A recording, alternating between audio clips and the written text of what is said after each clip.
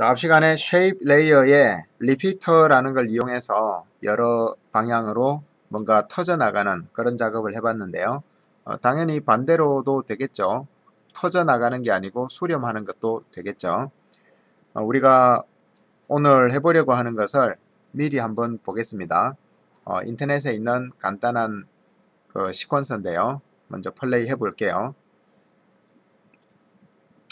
홈, 숫자 0.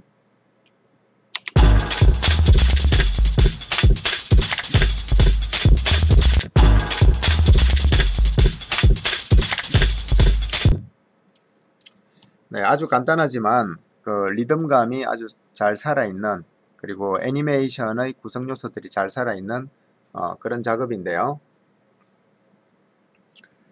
자, 우리가 조금 전에 만들어 본 것은 제일 마지막 이런 작업을 하는데 괜찮겠죠. 점점 이렇게. 그리고 그 이전에 있는 것들, 자, 이것들은 뭘로 만들면 좋을까요? 우리가 앞선 시간에 텍스트를 이용해서 그 텍스트를 가지고 화살표를 만들어 본 적이 있는데요. 그 방법을 사용하면 되겠습니다. 그러면 이 중에 이 경로 따르기를 한번 해볼게요.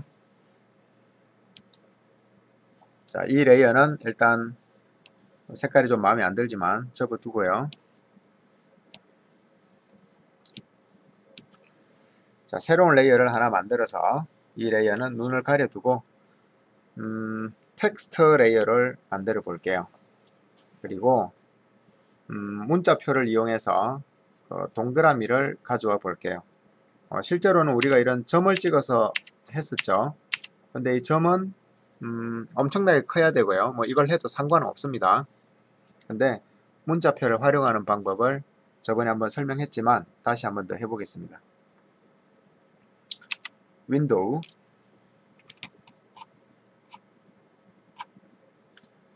자, 여기 들어가서 문자표를 찾습니다.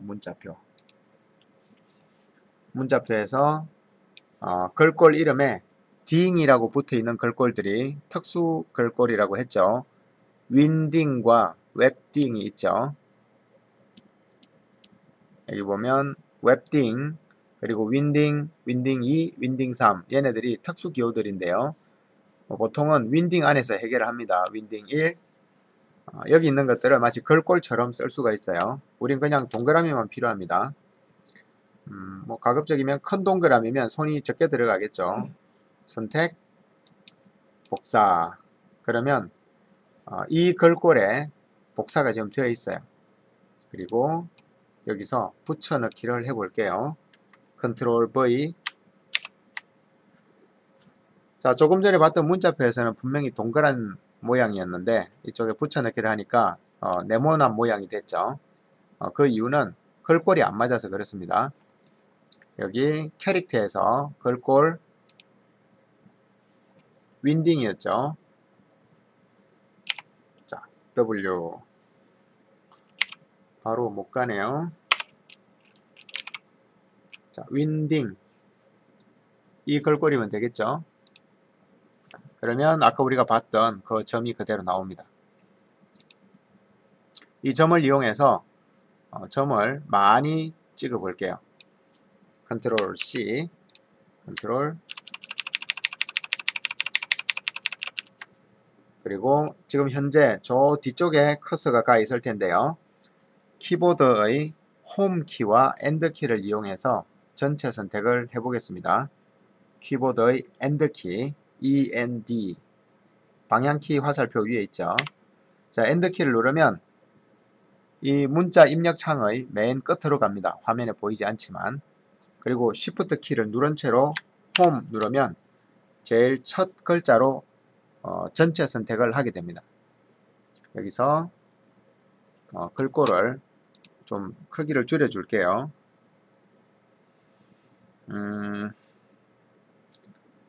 50. 자, 50 하니까 이제 보이기 시작하네요. 그리고 무버 모드일 때 끌어다가 화면에 보이도록 일단 놔둘게요. 자, 예전에 화살표를 했을 때는 여기 첫 머리에다가 삼각형 모양을 집어넣고 나머지에 뭐 이런 동그라미나 네모 모양을 집어넣어서 작업을 했었는데요. 지금 오늘 우리가 해볼 작업은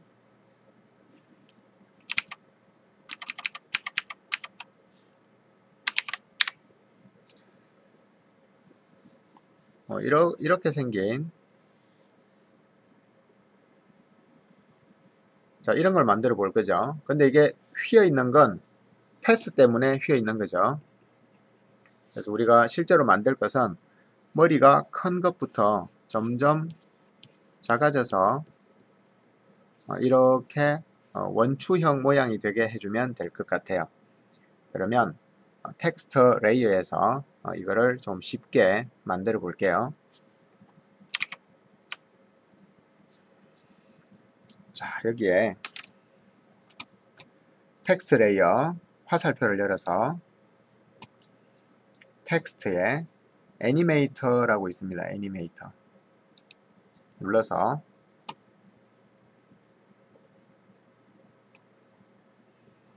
자, 애니메이터에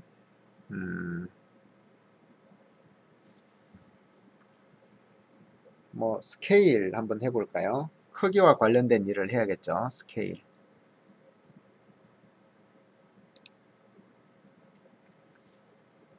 자, 그러면 애니메이터를 하나 추가했기 때문에 애니메이터 1이라는 게 생기고 그 밑에 레인지 셀렉터 영역 선택기가 있고요. 그 밑에 스케일이 활성화되어 있습니다. 자, 스케일을 크기를 키우거나 또는 크기를 줄여주면 스케일이 적용이 될 텐데요. 지금은 맨 끝에 것만 움직이네요. 컨트롤 Z, 컨트롤 Z. 자, 레인지 셀렉터 영역 선택기를 한번 볼게요.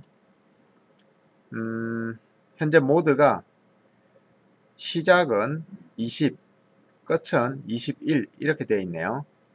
자, 어드밴스드로 들어가 볼게요. 어드밴스드에서 자, 유닛이 인덱스로 되어 있습니다.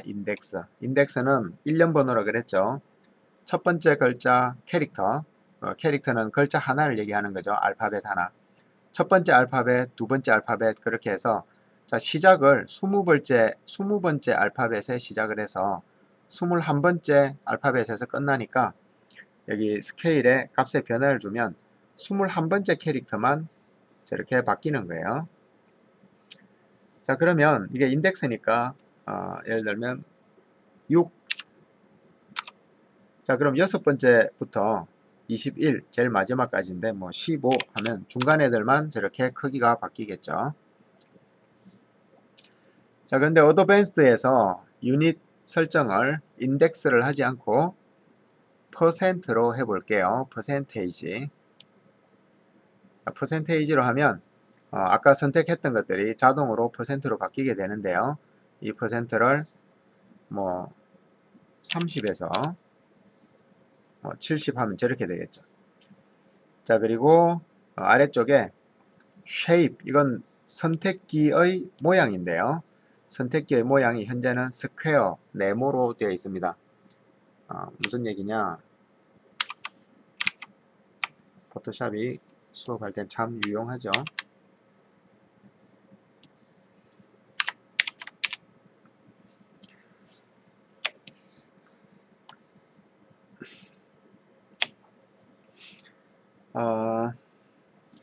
여러분이 애프터 이펙트에서 레이어를 관리할 때는 현재 자기가 누구의 어디에 있는지를 잘 봐야 되는데요. 현재 여기에 있는 이 shape이라는 것은 이 shape의 부모가 advanced죠. advanced는 누구의 advanced냐 하면 영역 선택기의 advanced예요.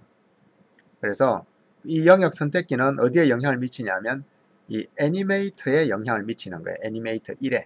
그러니까 이 안에서만 영향을 주는 거고 그 안에서 영역을 선택하는 건데 좀 복잡한 고급스러운 영역 선택 방법을 쓰는 거고 그 중에서 스퀘어, 사각형 타입을 쓰는 거예요. 그래서 이렇게 영역을 선택하는 거예요. 사각형 타입이니까. 자, 이 부분을 램프업이나 램프 업. 램프는 경사로를 램프라고 합니다. 또는 램프 다운.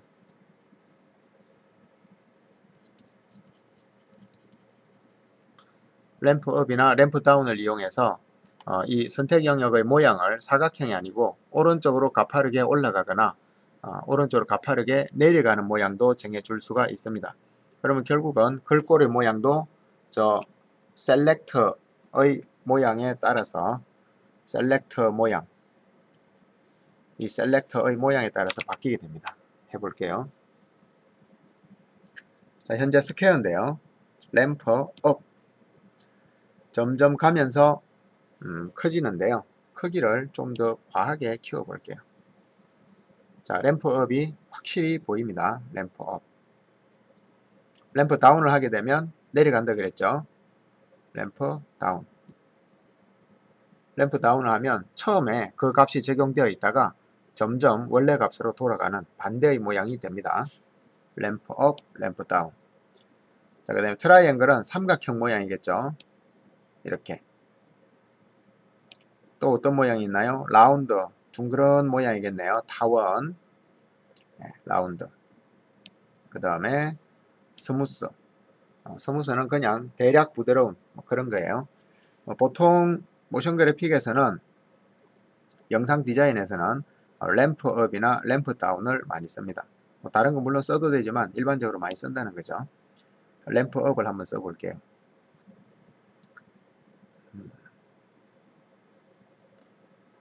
자, 그런데 영역 선택기에서 지금 우리가 원하는 것은 컨트롤 A, 딜리터. 자, 우리가 원하는 것은 점점 이렇게 커지는 뭐 이런 거를 원하고 있죠. 근데 이게 모양은 이렇게 보이지만 사실은 이런 것들이 많이 겹쳐서 이렇게 보이게 되는 거죠.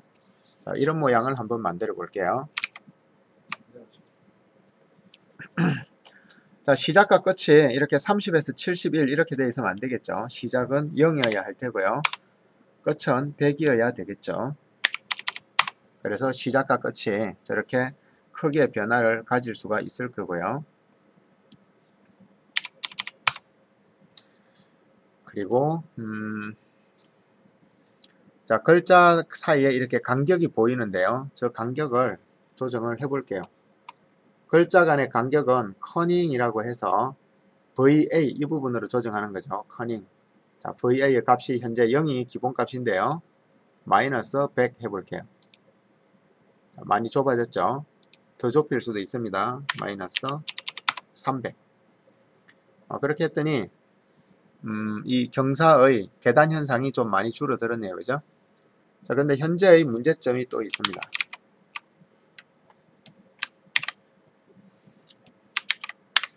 자, 현재 문제점은 우리가 원하는 것은 수평으로부터 이렇게 올라가는 것을 원하지 않고요. 수평선에 위아래로 똑같이 걸쳐져 있는 이런 모양을 원합니다. 그래서 기준선이라는 것을 조정해 보겠습니다.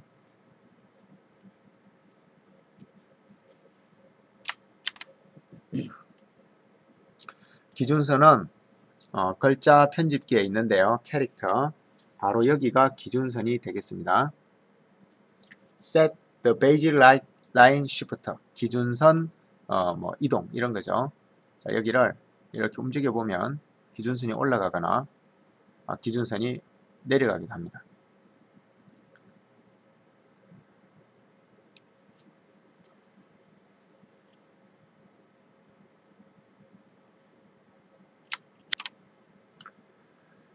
자, 그런데 원하는 대로 잘 안 되네요. 그냥 전체적으로 올라가거나 전체적으로 내려가기만 할 뿐이네요. 그래서 약간 다른 옵션을 조정해서 이 부분을 맞춰 볼게요. 텍스트 레이어의 more에서 그룹핑 얼라인먼트, 이 텍스트들을 어디에다가 맞출 거냐 하는 XY 좌표축이 있는데요. 지금 여기에 있는 값으로는 맞춰지지가 않네요. 그래서 0으로 되돌려 놓고 텍스트 레이어에 있는 more 옵션에서 그룹핑, 얼라이먼트를 이용해서 조절해 볼게요. 자, 퍼센트로 조정이 되네요. 왼쪽에 있는 것은 X니까 좌우로 왔다 갔다 하겠죠. 이렇게. 그 다음에 오른쪽에 있는 것은 Y니까 위아래로 왔다 갔다 하겠죠. 네, 좋습니다. 자, 먼저 좌우로 왔다 갔다 하는 것은 그냥 값을 0으로 놔둘게요. 0. 그리고 위아래가 현재 40%인데요. 잘 조정해서 정확하게 중심점에 가는지. 자, 이 정도면 되겠네요. 40이 맞는 것 같아요. 40. 네. 그냥 마이너스 40으로 줄게요.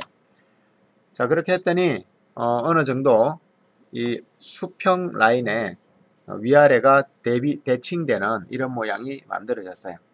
자, 이제 조금 더 모양을 구체적으로 가다듬어 볼게요. 우리가 아까 참고로 봤던 이미지는 이렇게 크지 않았죠. 그래서 전체 캐릭터의 크기를 좀 줄이면서, 자, 현재 50픽셀인데요. 뭐 10 해볼게요. 자, 그리고 이 길이가 너무 가느다랗죠. 좀 길게 해볼게요. 클릭해서, 지금 우리가 보기에는 어떤 도형처럼 보이지만 실제로는 글자들이 촘촘하게 있는 거죠. 그래서 Shift 키 누른 채로 End 누르면 현재 위치로부터 끝까지가 선택이 될 거예요.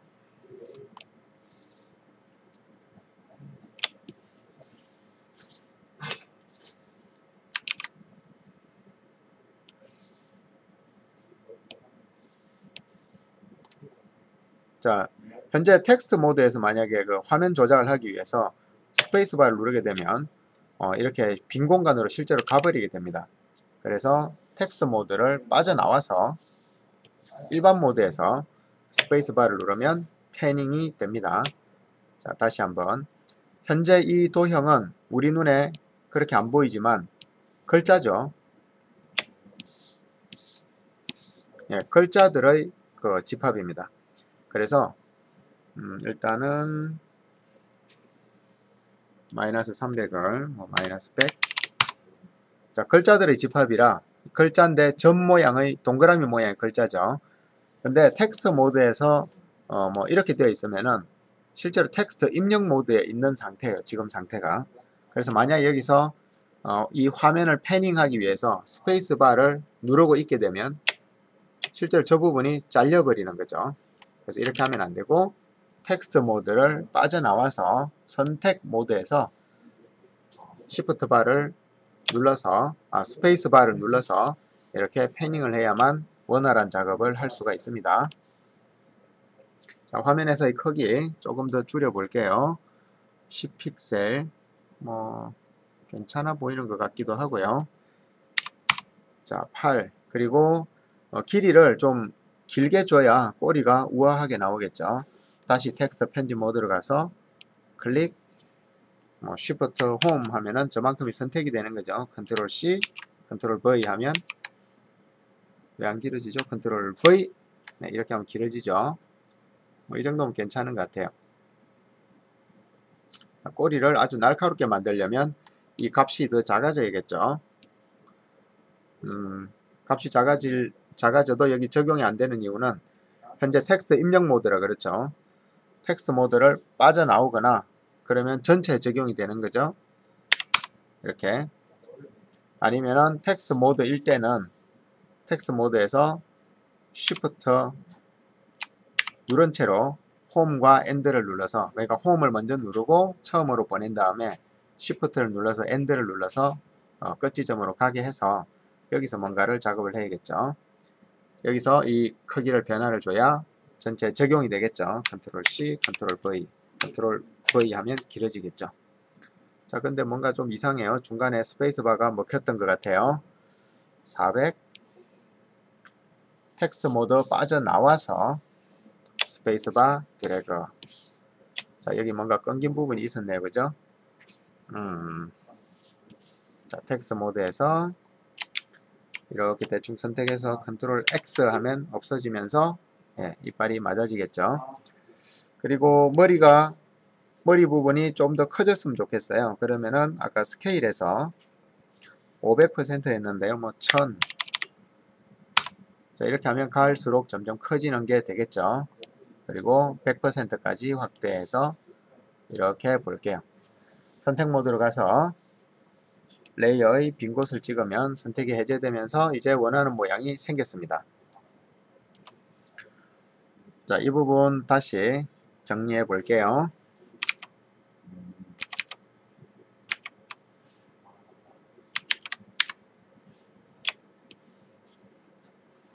자, 이 부분 정리해 볼게요. 우리가 원하는 것은 이렇게 생긴 것을 원하는데요. 이런 걸 만들기 위해서 텍스트로, 쉐입이 아니고 텍스트로 동그란 모양을 연속으로 많이 배치를 하는데 글자와 글자 사이를 촘촘하게 하면 얘네들이 겹치게 되겠죠.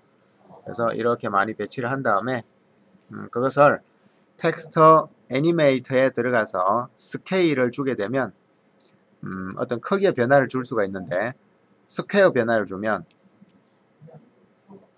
이런 변화를 줄 수가 있고요. 스퀘어. 그리고 램프 업을 하게 되면 이런 변화, 램프 다운을 하게 되면 이런 변화, 그리고 뭐 트라이앵글, 뭐 이런 다양한 변화들이 있었는데 우리는 뭐 램프 업을 이용해서 작업을 하죠. 자, 그런데 베이스 라인의 위치 조정으로는 이 전체가 평행 이동이 되면서 우리가 원하는 상하 대칭이 일어나지가 않았어요. 그래서 베이스 라인으로 조정하지 않고 텍스트 레이어에 있는 그룹 얼라인먼트를 이용해서 조절했습니다. 텍스트 레이어에 있는 그룹 얼라인먼트.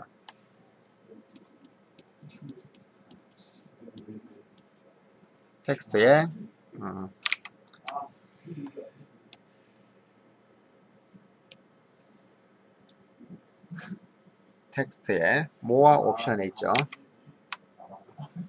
텍스트에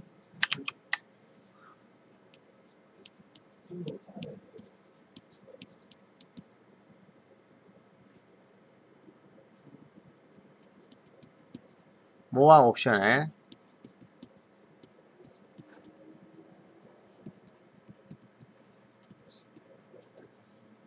그룹 얼라인먼트를 이용해서 텍스트의 정렬을 수평선으로부터 상하 대칭이 되도록 정렬할 수 있었습니다.